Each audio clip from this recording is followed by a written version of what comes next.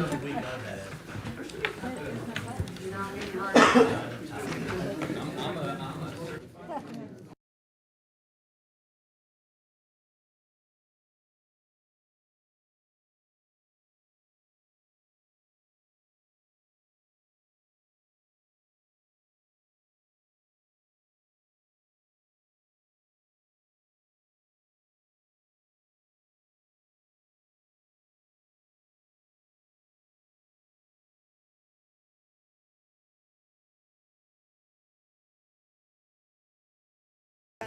Bang it. Good evening. I'd like to call the Maysville Board of Commissioners Thursday, December 11th to order. We will begin with our invocation. Reverend Burton. Heavenly Father, God, we call to ask for your guidance over this meeting tonight. God, we ask that you would bless our commissioners, so with clarity and a mind and compassion in their hearts. God, just help them to navigate the challenges that are before them with patience and integrity. God, may the work here tonight be done to be built a stronger and a safer and a more prosperous city. In Jesus' name we pray. Amen.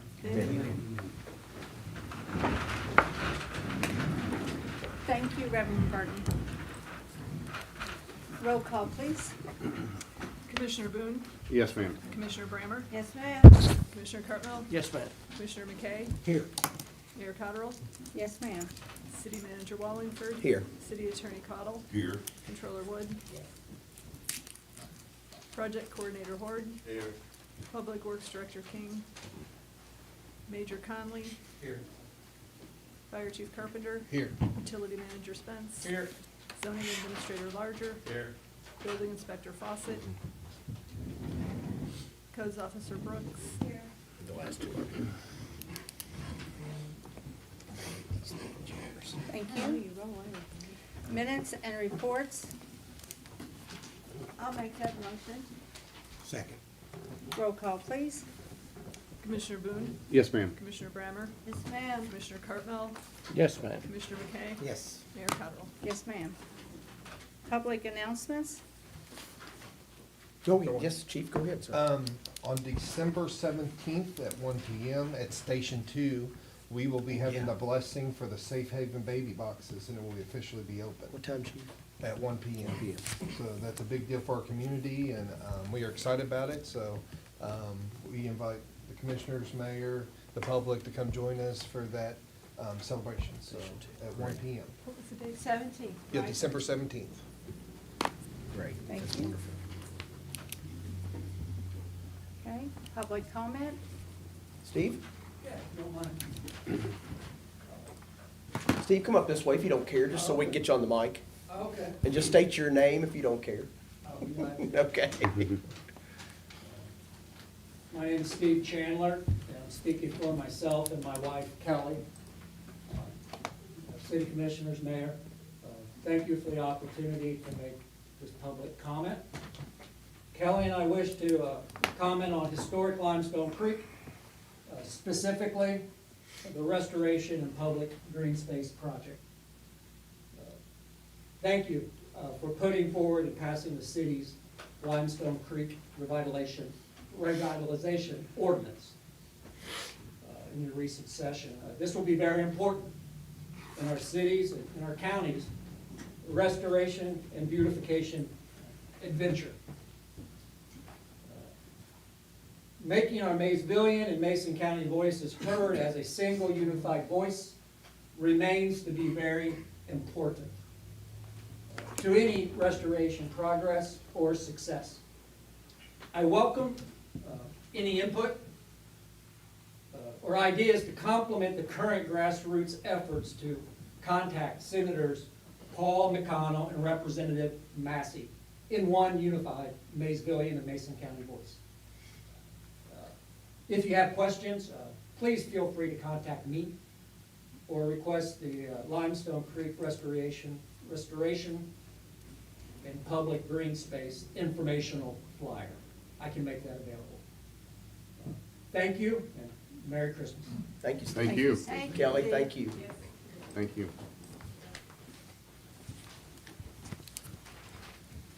Any other public comment? appointments, Fire Department. Dear members of Maysville City Commission, I'm pleased to recommend Montana Lutz for the position of full-time probationary firefighter with Maysville Fire Department. As fire chief, I have reviewed Montana's qualifications and background. I am confident that Montana will be an excellent addition to our team. Montana comes to us from Moorhead, having previously worked for Clark County Fire Department and served honorably in the United States Marine Corps. This combination of fire service and military experience speaks to Montana's dedication, discipline, and commitment to public service. Montana is currently a certified firefighter and EMT, meeting all essential requirements for immediate service. In addition, Montana holds advanced certifications in hazmat technician, tower climber, and rescuer, which will greatly enhance our department's capabilities in specialized emergency situations.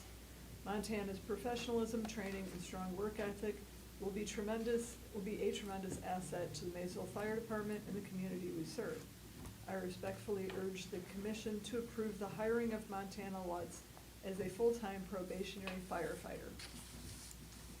I'll make that motion. Oh, I have another one. Okay, go ahead. I'm writing to strongly recommend Tanner Rayburn for the position of full-time probationary firefighter with the Maysville Fire Department. As fire chief, I have had the opportunity to review Tanner's impressive qualifications and background, and I'm confident that he will be a valuable addition to our team. Tanner comes to us from Olive Hill, Kentucky, where he served as a full-time training officer for the State Fire Commission. His experience in this role has provided him with a solid foundation in fire service operations, training, and emergency response.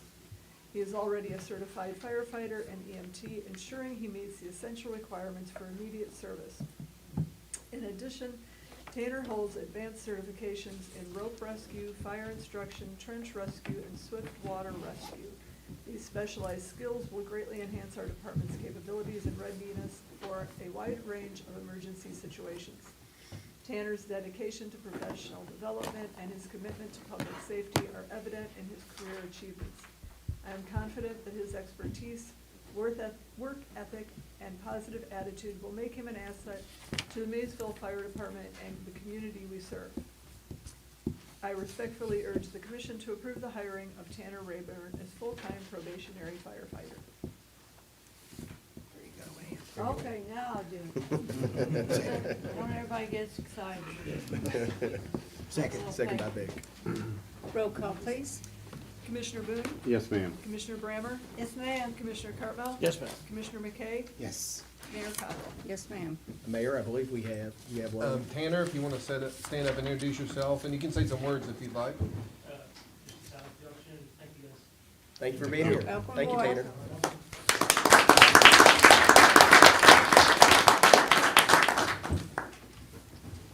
Thank you.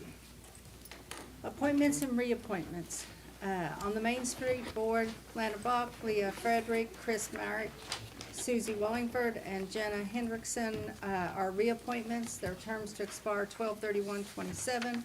Revolving Loan Fund, reappointment of Lamont Johnson, term to expire 9/31/29. For the Board of Architecture Review, appointment of John Ming, reappointment of Pam Stewart and Steve Appleman, terms to expire 12/31/28. And Maysville, Mason County Industrial Development Authority, Jeff Froge, term to expire 10/11/29. So moved. Second. Discussion. Uh-huh. How, is there any limit to how many boards you can sit on? There's not. Okay, No, no, sir. There's not. all right. Is that something that, is that statewide, or is it something we do? There's nothing statutory that says, There's nothing? no. I mean, the statutory boards get into the Planning Commission and Board of Adjustments are your two main statutory boards, but they don't. You know, you can actually sit on the Board of Adjustment and the Planning Commission. I don't think that's wise, but you actually can. You can have one Well, member. that's why I think was that's right, curious, George. if you're on, One person that can do both, I believe. I think so. Yeah. yeah, if you're sitting on 8 or 10 boards, I just, There could be a local ordinance. that Yes, would- obviously you Yeah. could do it that way. Yes, Robert. Yeah. You could do it. You could go that route. Yes, sir. okay, thank But you. at this point, David, there isn't. All right. You're welcome. Roll call, please. Commissioner Boone? Yes, ma'am. Commissioner Brammer? Yes, ma'am. Commissioner Cartwell? Yes, ma'am. Commissioner McKay? Yes. Mayor Cottrell? Yes, ma'am. I'd also like to announce that my position as mayor on the Arts Commission is a voting position, and I have, now I have a conflict, and so I'm appointing Catherine Gilligan to represent myself on the Arts Commission as a voting member. Projects update. Dave? Yeah, please. Okay, I'll make it as brief as possible. The TAP grant project, which is the sidewalk from Wall Street to Main Street, basically going all the way through town. We're about, the plan sets 90% complete. And that'll basically go to District 9. We'll have a meeting probably middle part of January where we'll go over and see if they have any questions or comments, and then it'll go into the final approval. So hopefully, that could maybe be bid the middle of 2026 to get started on the bidding process. The FLAP grant, which is the walkway and everything along the river, the riverfront project with the boat slips, fueling trailer, canoe launch, all that stuff. We're working through that. We're currently in the geotechnical phase, and it's getting ready. Once that's done, it'll go to final design. And then once they do that, then it'll be approved, and we can bid that, hopefully, again, next year. You know, then we'll bid that. The watershed management Limestone Creek project, basically, we have bi-weekly meetings with the engineer on that. We've got a couple of possible sites, you know, that we've determined on that. We're looking into one that could possibly be a wetland.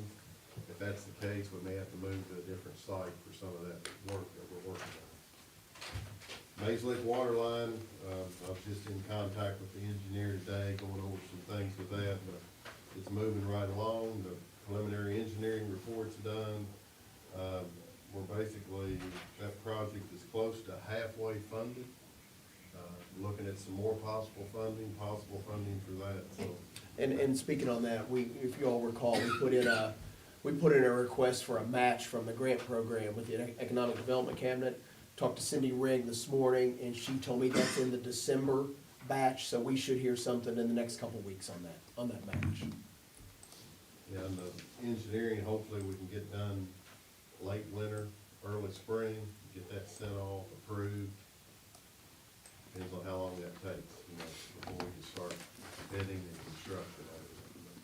Maybe late summer next year, fall, in that range. Recreation Park Trail, which I did plans on that several years ago, but that finally has come through. We're waiting on the formal MOA to go ahead and bid the project, but that'll be done, you know, I can do that in the winter, bid it, and be ready to go in the spring.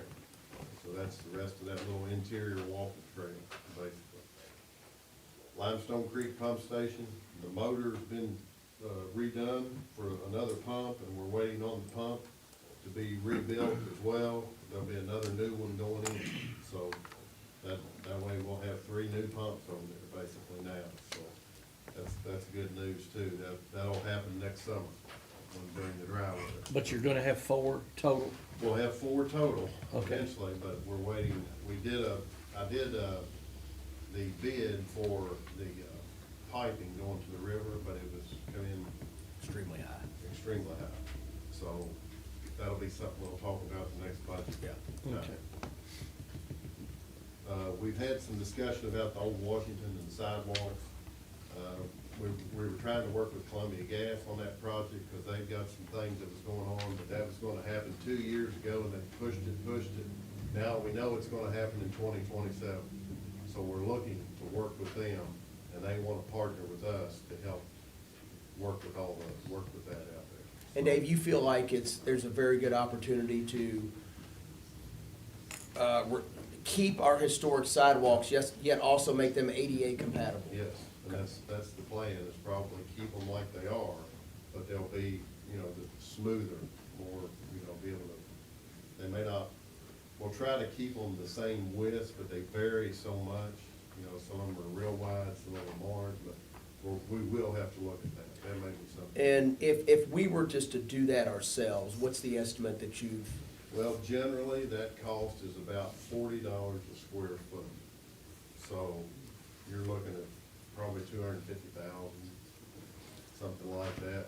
but if we coincide with what they're doing, we can get some of that? Basically, would be a cost share. program. Yes, correct. Is this with Old Washington Yeah. in the gas line? Yes. Yeah. Is there a section of the sidewalk that's not impacted by the gas line that could go ahead and be started on? I'm Well- thinking in terms of the budget cycle next year and getting this in the budget, because I know the sidewalks out there are horrible. I would say we're gonna meet with Columbia Gas, what, in January? Meet with them in January, and, yeah. Should have an idea of, Robert, where those tie-ins are. thing is, And then we can bring that to you in you all in the Well, spring that's for. so needed, because when the Oh, tour yeah. buses go out For a there, budget they have item. to walk on That's the what we street. There's But- services on both sides, so, yeah, they'll be crossing the sidewalk, basically, you know, just where, So you can isolate where they're gonna be Yeah. working and then Yeah. get a call share on that, but the portions that aren't covered in the call share could be covered with the city budget. Yeah, and I know we've had accidents out there recently, and it's just, it's yeah, a some of challenging. that, our restoration cost is so much cheaper than Columbia Gas's Right. cost, is we can usually get it, a lot of it done.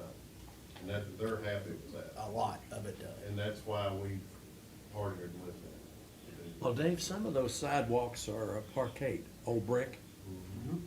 Can we go back with that some of the way? I mean, and technically, and George can chime in here, any change in those sidewalks is supposed to be approved by the Board of Architectural Review. Yeah. I mean, that's in there. Right. But my opinion would be though, if we put back what is there now, but ADA compatible, where they're smooth and we're not having tripping hazards, to me, it doesn't change. You still have the historic sidewalks there. Right. Mhm. And the George, would brick you is uneven, agree too. on that? Yeah. Okay. And I then think- ADA is federal law. Yeah. And it's public safety. I just Absolutely. think we should avoid like pressed concrete or anything like that, that's made to look.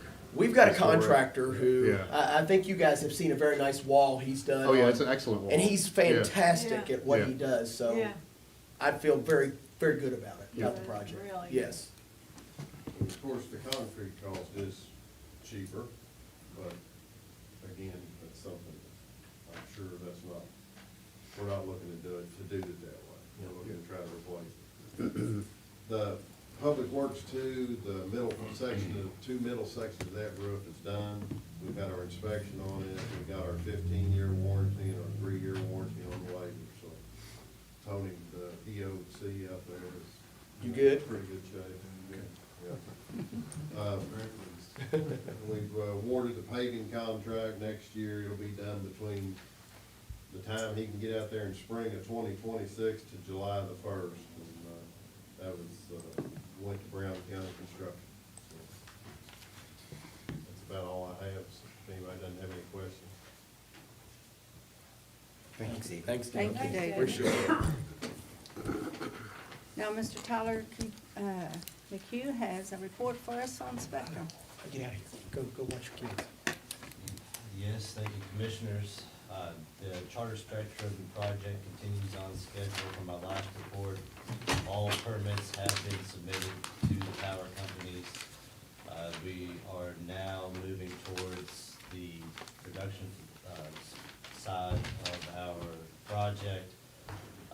We also anticipate, and I've heard now that residents are receiving notifications from Charter Spectrum that they can be put into their system.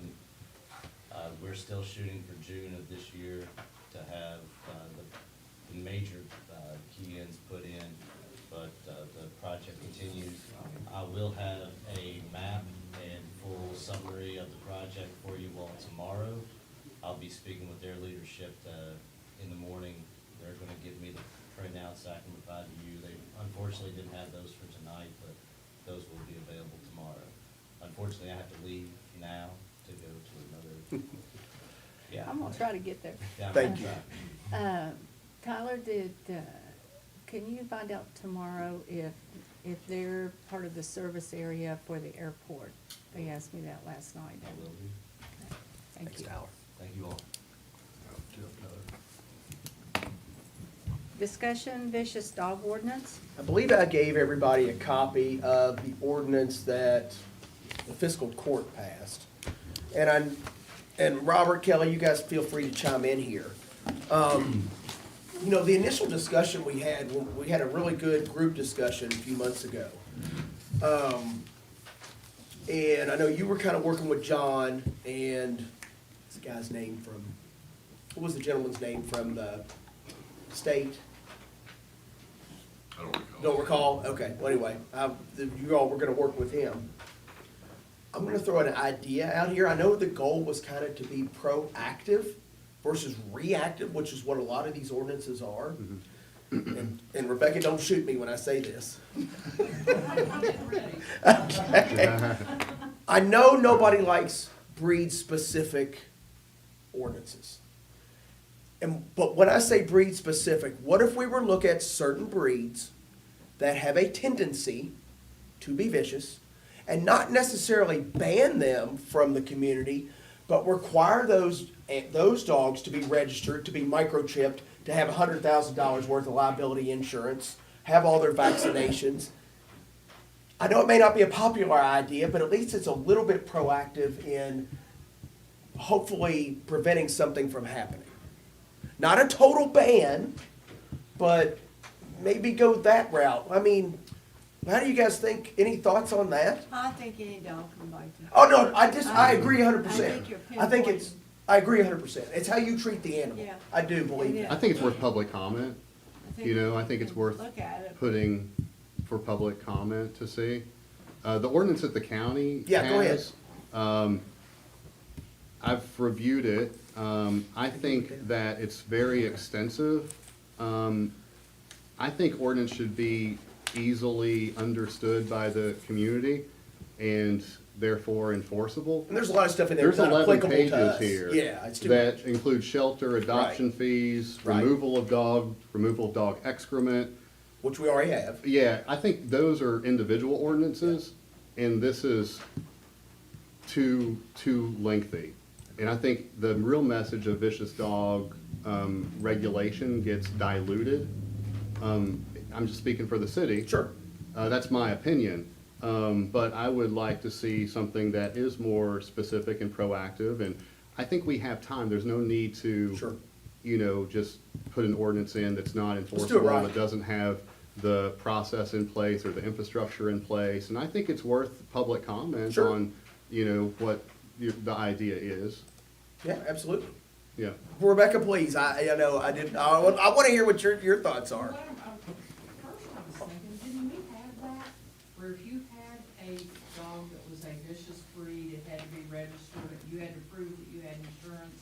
Didn't we have It may have been, we changed that, I think 5 or 6 years ago when we, Okay. now obviously with the microchipping now, I mean, that's a pretty big deal. That's the ordinance that's kind of currently on the books, but the issue that I have with that ordinance is you only know that a dog is vicious once there's been an action. Right. And then Right. it can be too late in some Right. instances. So this is a more proactive approach, Right. potentially. Maybe. Yeah, But something we'd have discussions on, absolutely. yeah. Okay. Anything else you guys can think of? Kelly? All I would say is in our meeting, there was discussion that law enforcement would have a preference that the county's ordinance and the city's ordinance be somewhat, mirror each other somewhat, which is impossible. Sure. Because they are required to have a shelter and we're not. Right. They are required to have animal control officer and we are not. But currently, I'm comparing what they have done to what we have on the books Major? I agree. for, Wait till, when he gets finished, if you've got a comment. for some, I'm comparing and trying to put together Okay. something for you all, but it's gonna be Okay. January, February, maybe. Did you get a chance to look at it? I I mean, did. what are your thoughts on it? So, I guess my main ask would be that it be same across the board.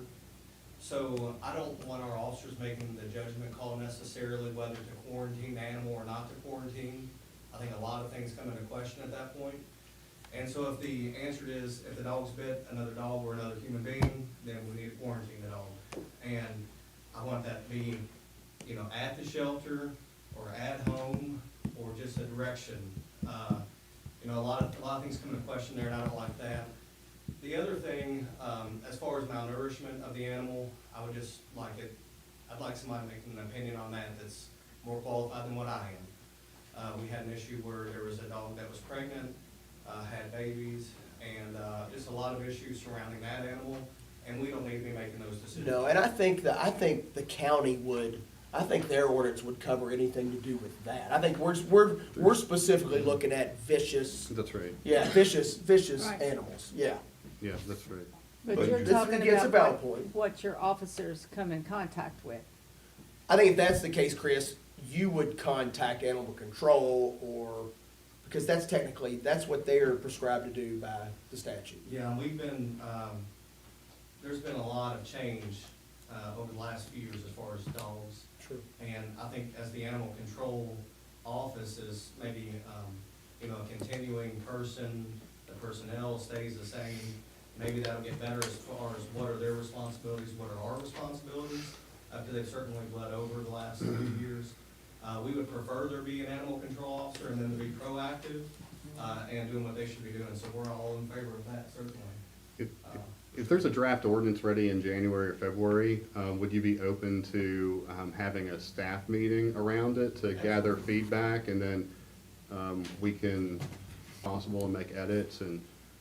Absolutely, because we want it to be enforceable and not like, you know, put these parameters on it that really we're not gonna be able to enforce. Mhm, absolutely. You know, Right, so- when I get to the point where I'm refining it, I'd like to, like, have you down and us look at it together and before we present anything.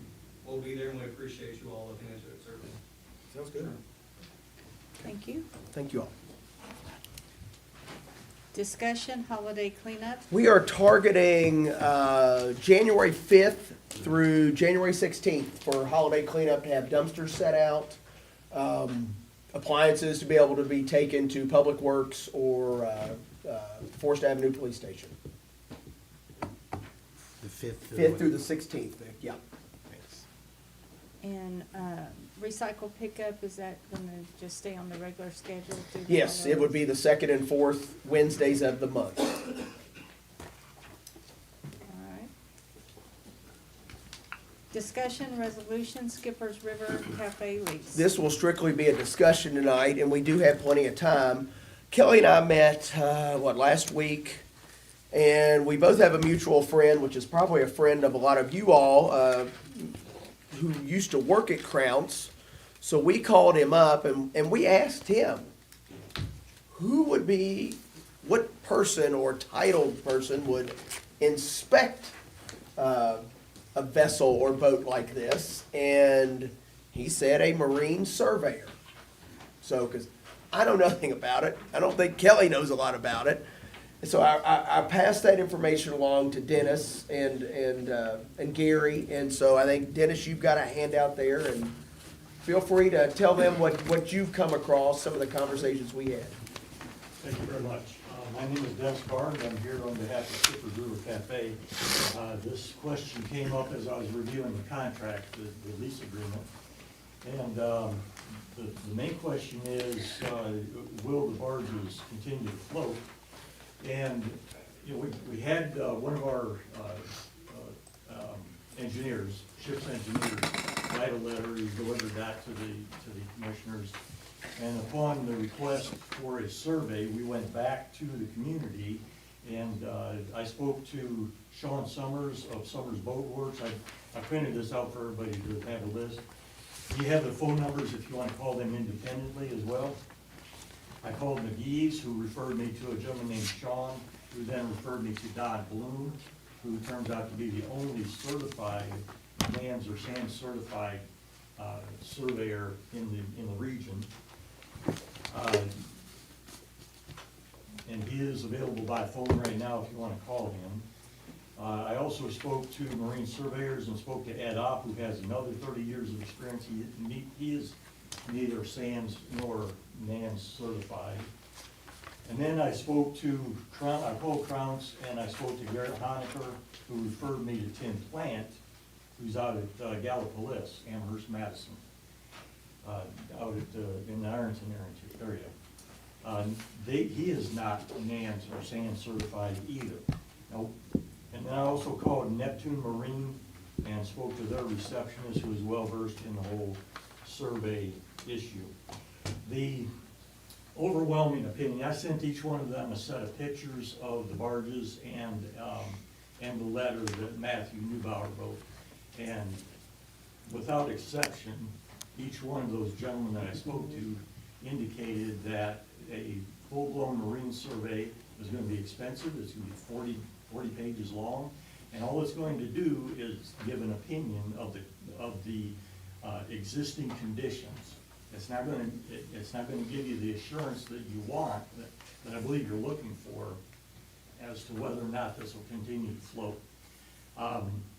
The dining barge right now is on 20 feet of water. We just went out and sounded it again today, and it's not sinking. It's not going anywhere. The overwhelming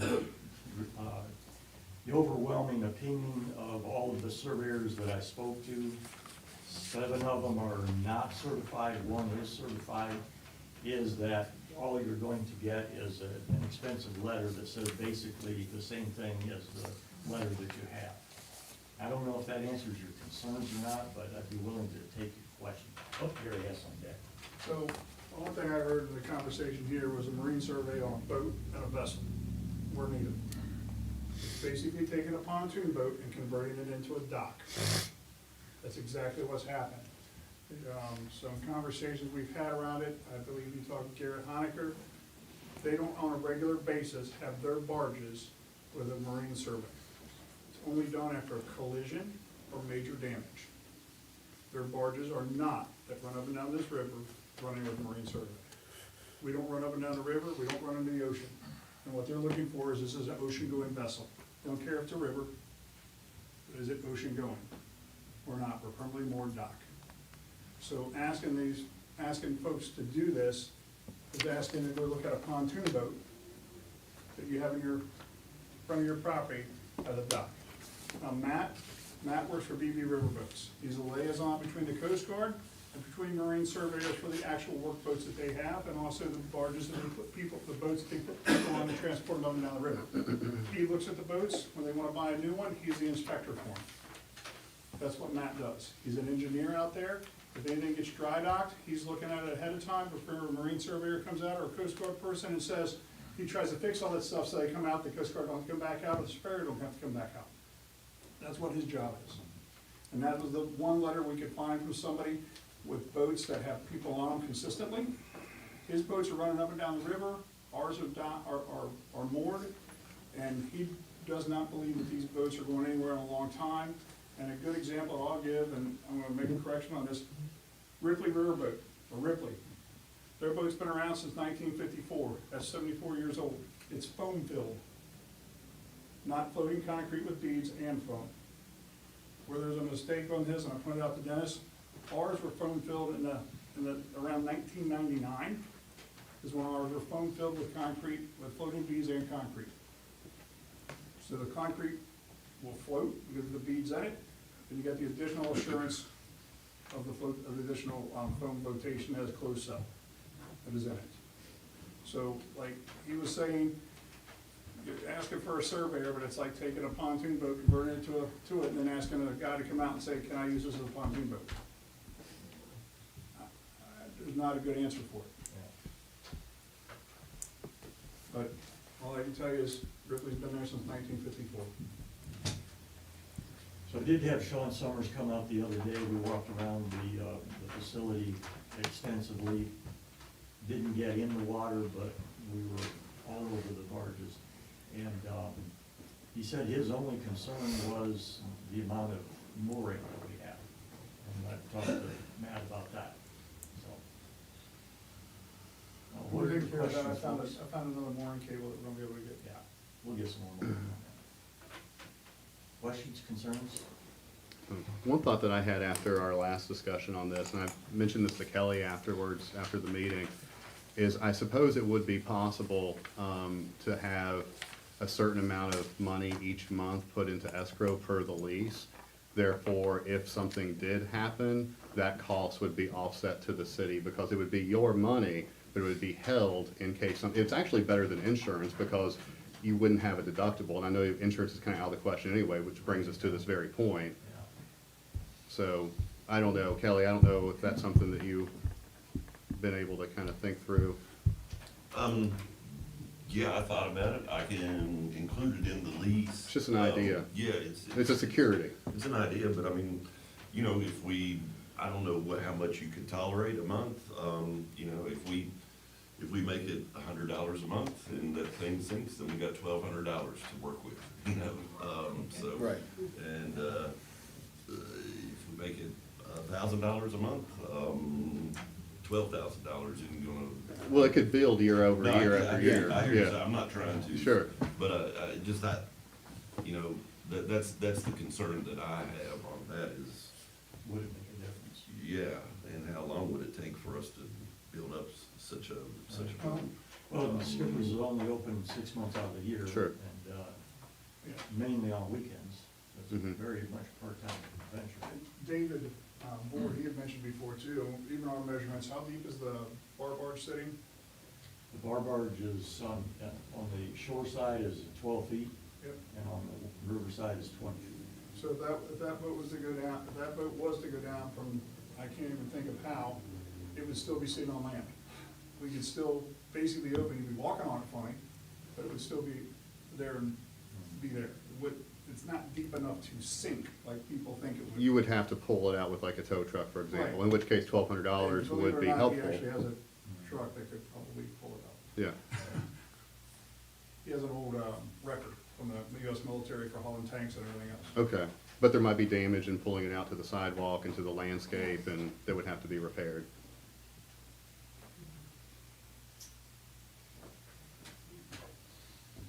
What do you think, gang? Give me your thoughts and, Well, you know, I honestly like Robert's. Okay. but, is there a Sort of. certain monetary amount that you're, like you said though, Robert, if that were the case, $1,200 would pay to, pretty much to pull it out of there. Yeah, Yeah. and, you know, as time goes, any damages, it's a security Sure, I understand. in Sure. lieu of insurance, Yeah. essentially. Y'all comfortable with that? Well, they also wouldn't pull it out of there, just so you know. It wouldn't be pulled up on shore necessarily. They would They'd get straighten to it out. float. They would get it to float, Yeah, trust but I'm me. saying, you know, And like then they would haul tire, it to a scrapyard. tire indentations in the bank, and the possibility of Yeah. chains like breaking the sidewalk. I mean, there's a lot of things that could No, happen. I think if something was to really happen to it, what I've seen in the past is they actually bring a CB Marine, brings something up, they raise it, and then they haul it to a scrapyard. And once it goes to the scrapyard, that's where they just drag it up, whatever they need to do, rip it apart and sell it as scrap steel. Very rarely do you ever see them pull it up on the shore and then disassemble it. You know, you could, you know, on that thought, you could put some kind of clause in there that if that were to happen and there wasn't enough money, that all the scrap proceeds would come back to the city of Maysville. Just a thought. well, what would that cost, Gary, to do? Uh, Well, we have the one Well, quote for we gave you, 250. we gave you that one estimate Yeah. of 250 to do that. But I think asking right now, I can tell you that the business owners had it for several years, asking me to come up $250,000 to cover that right now for you guys, that's not realistic. Yeah, that's not what I I'm saying. understand, I understand. It's as much realistic as that boat sinking. Yeah. But do you think it is possible to pull it, to get it back afloat, or if we had to pull it out of the river? Okay, pull out a little bit. Maybe that's the route to take. Would you all be okay if I work with him to draft some language for you and come back in January? And obviously, I'll send it to you ahead of time if you Right. have any thoughts and, because, you know, we still gotta change your name onto the lease and some stuff like that. Yeah, once we get over the nuts and bolts. Yeah, would that be okay? Everybody okay with that? Okay. You guys okay with that? Stay in contact with me. And Kelly, do you have any questions? I'm gonna need your information to. You can email that to me, Dennis, if you want. What the legal information would be on the lease. Okay. You're welcome. Thank you.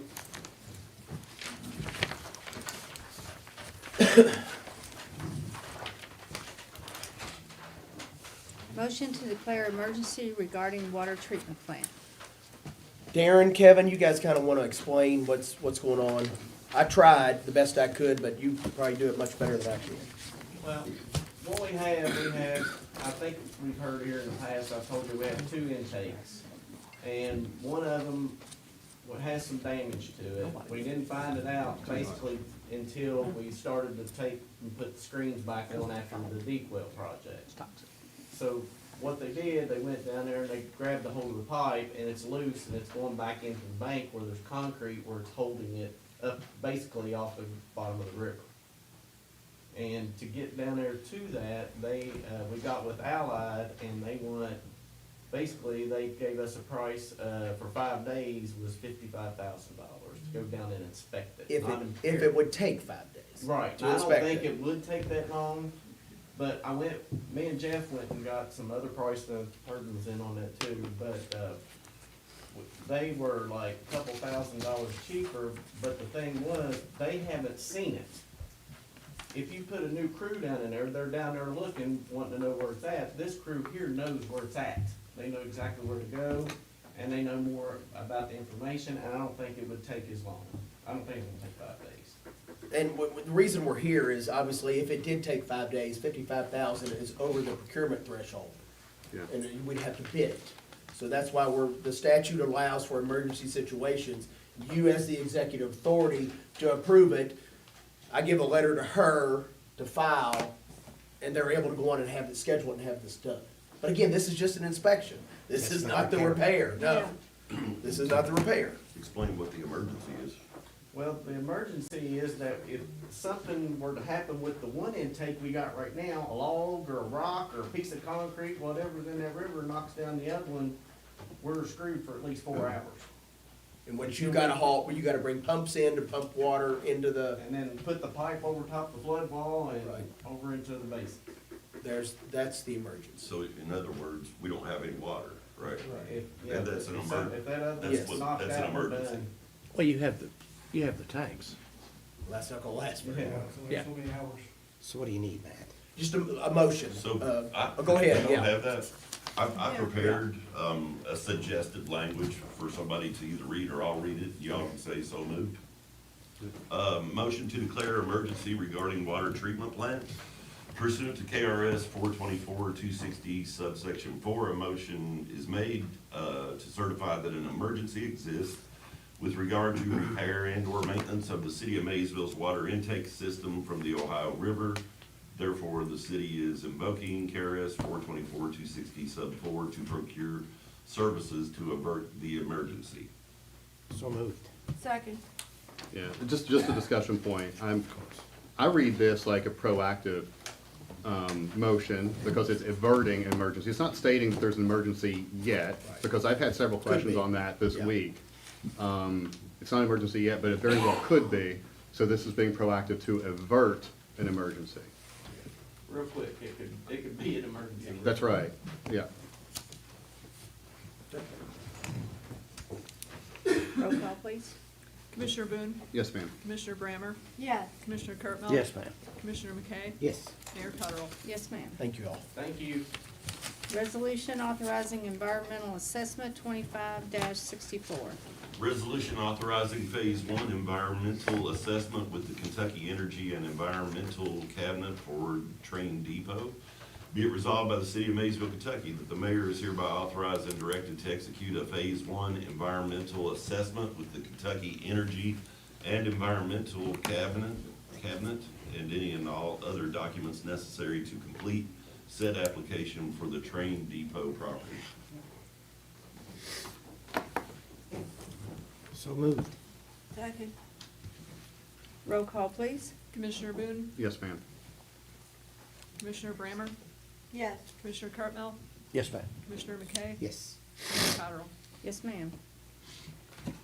Resolution authorizing annual letter of commitment for the Kentucky Main Street Program 25-65.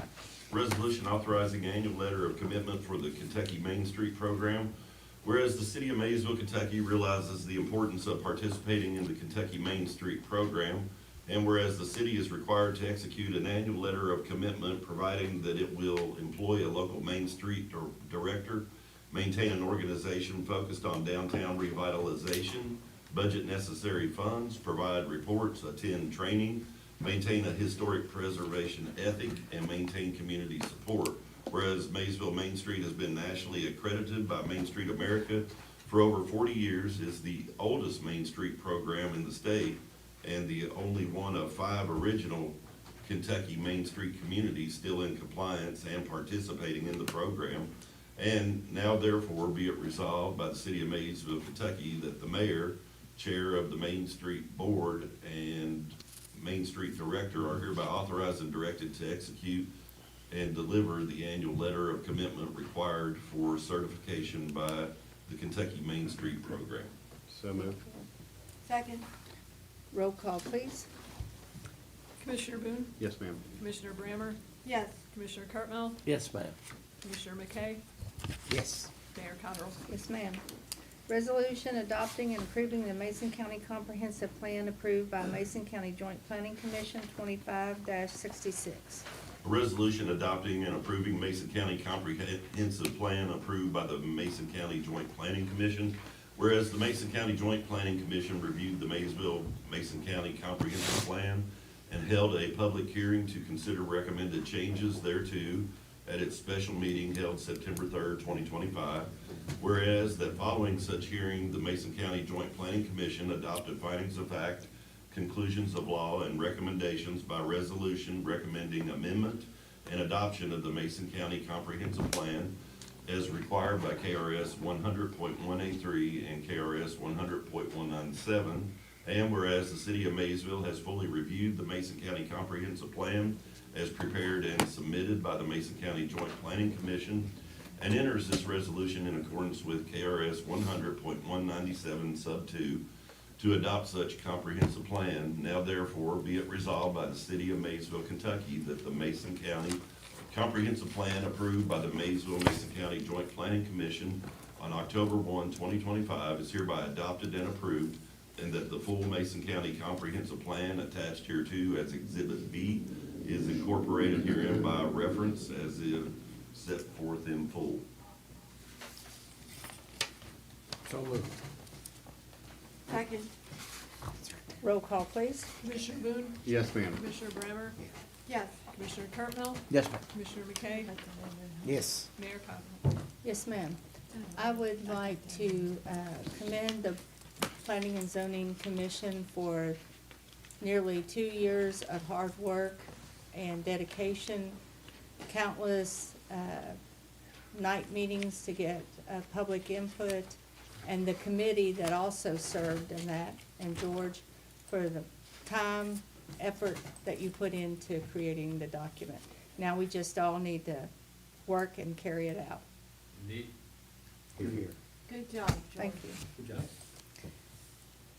Resolution authorizing rehire of retired police officer 25-67. Resolution authorizing rehiring of retired police officer, be it resolved by the city of Maysville, Kentucky, that the mayor is hereby authorized and directed to execute the contract for rehire with retired officer Chris Neal for a full-time for a period of 1 year effective on December 1, 2025 through November 30th, 2025. 6. 6. 26. These things are wrong dates.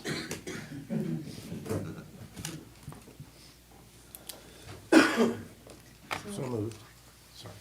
It's okay, I'm just gonna say, motion for the corrected As amended. as amended. Motion to approve as amended. Thanks, Kelly. You're welcome. Second. Roll call, David seconded. please. David did, I'm saying. Commissioner Boone? Yes, ma'am. Commissioner Brammer? Yes. Commissioner Cartmel? Yes, ma'am. Commissioner McKay? Yes. Mayor Condrell? Yes, ma'am. Resolution authorizing official recognition and resolution of Maysville, Kentucky supporting the America 250 KY 25-68. Resolution supporting America 250 KY, whereas the Kentucky General Assembly created the Kentucky Sesquicentennial Commission to plan, encourage, develop, and implement events to celebrate the 250th anniversary of the United States and to recognize Kentucky's role in the nation's past, present, and future. And whereas America 250 KY has a mission to engage all Kentuckians across all 120 counties through officially recognized programs, projects, and events. Whereas America 250 KY will educate citizens of the Commonwealth about the history of all Kentuckians in the national experiment of the pursuit for the inalienable rights of life, liberty, and pursuit of happiness, and the impact Kentucky's history had on American history. Whereas America 250 KY recognizes Kentucky's presence at the crossroads of multiple historic events and Kentucky's significant political and cultural influences on the nation at large, both historically and in the present.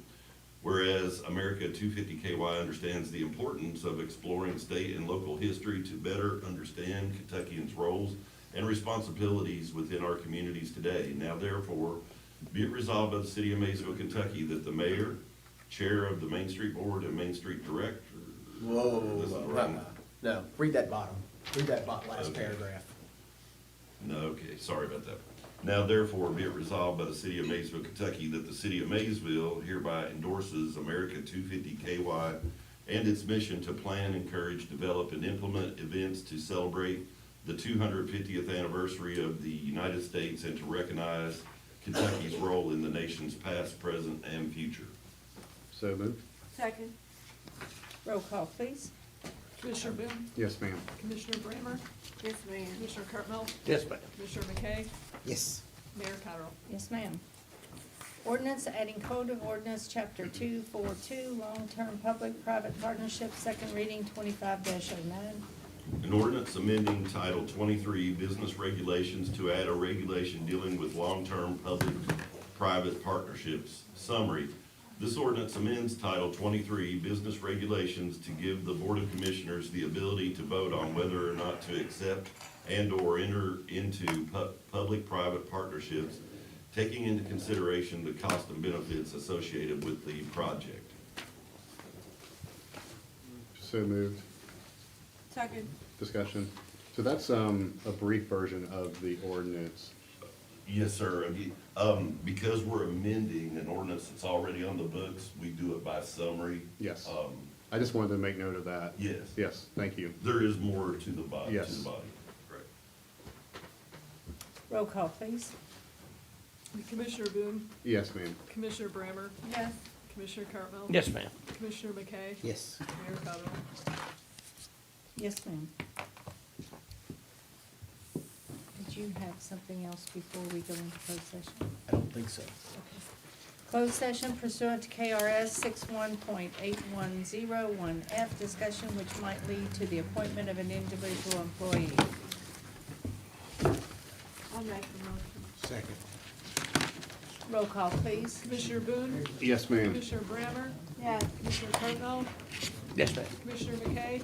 Yes. Mayor Cottrell? Yes, ma'am. This will be very brief.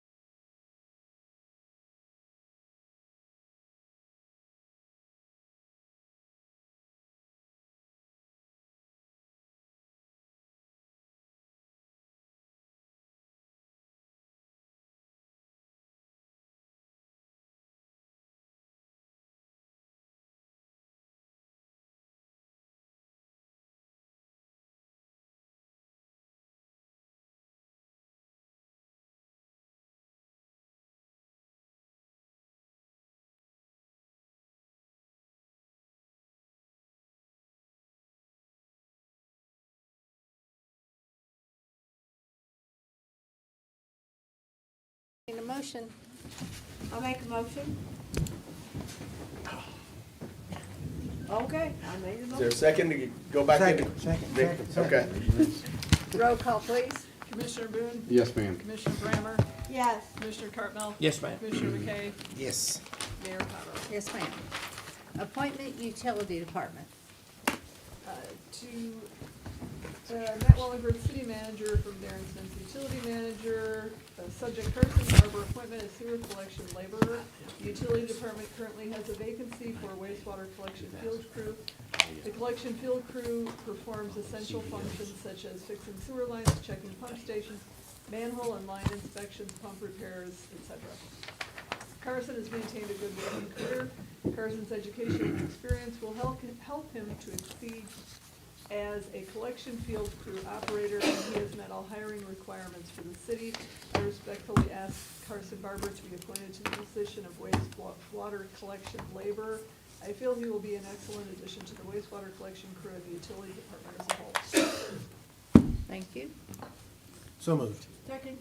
Roll call, please. Commissioner Boone? Yes, ma'am. Commissioner Brammer? Yes. Commissioner Cartmel? Yes, ma'am. Commissioner McKay? Yes. Mayor Cottrell? Yes, Yes, ma'am. ma'am. Motion to adjourn? Second.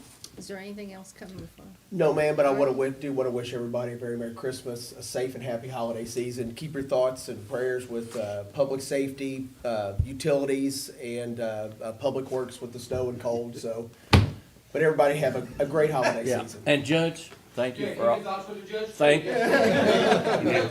thank you for all you do.